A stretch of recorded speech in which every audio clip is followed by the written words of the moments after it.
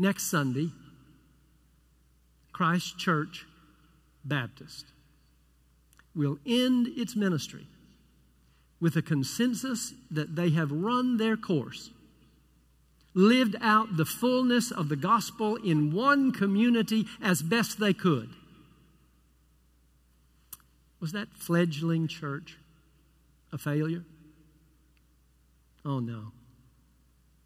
It was a witness, reminding us what the early Baptists surely knew.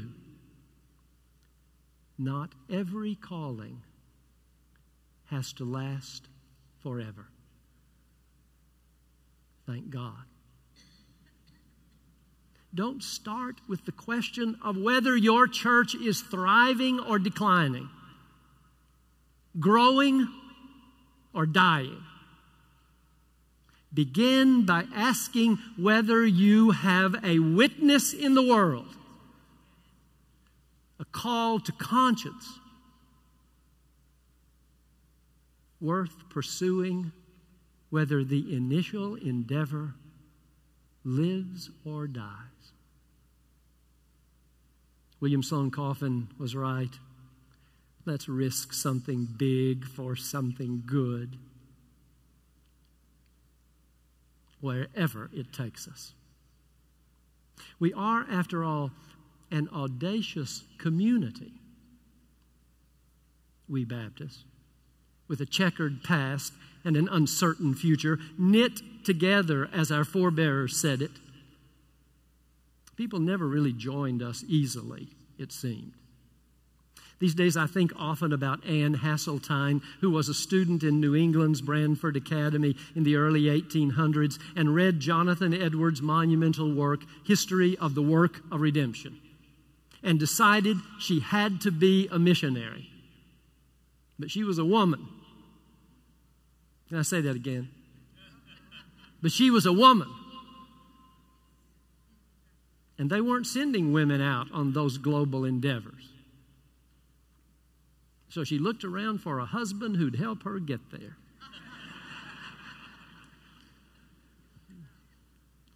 She found Adoniram Judson, a recent graduate of Williams College.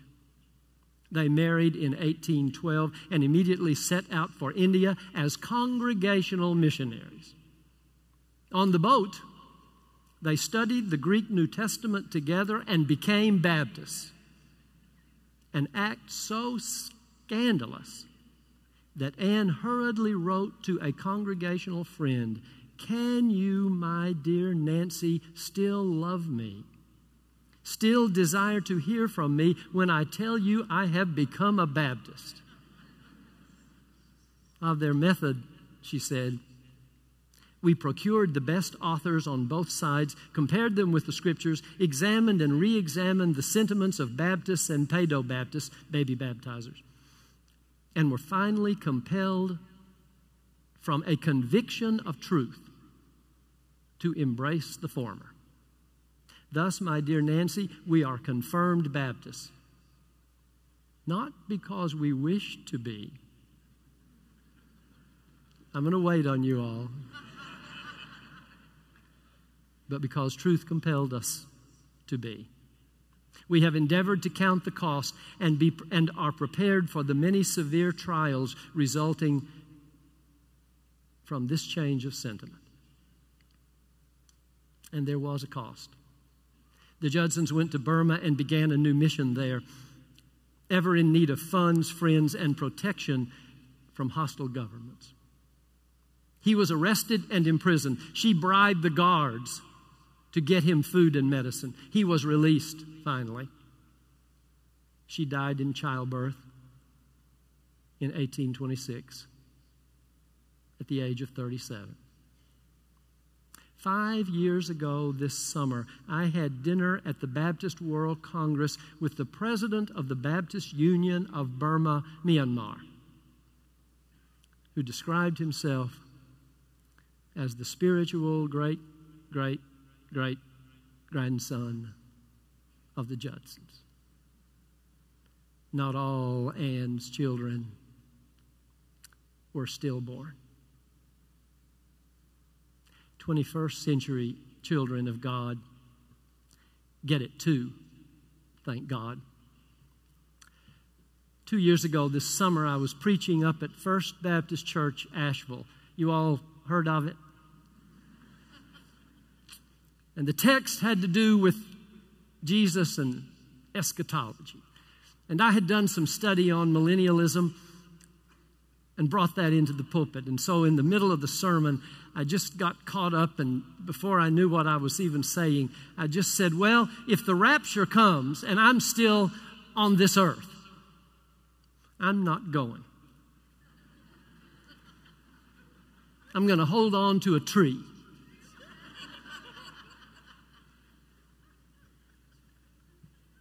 Because I've been reading the New Testament and I've decided I better stay right here with Jesus,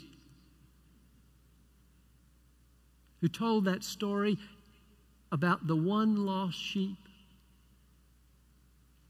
and the shepherd who wouldn't give up till he brought it home. I thought it was just a great story to tell.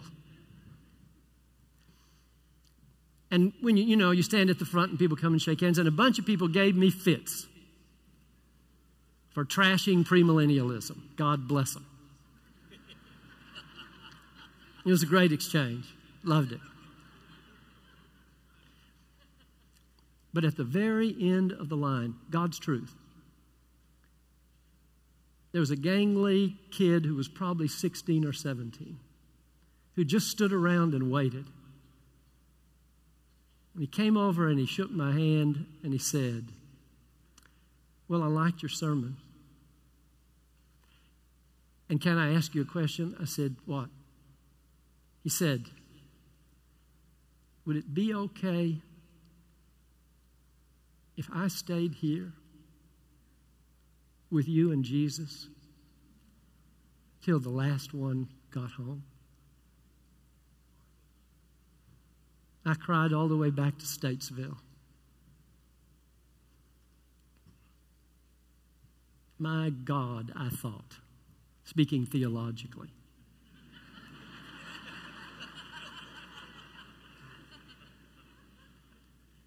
I had this great little bit of rhetoric.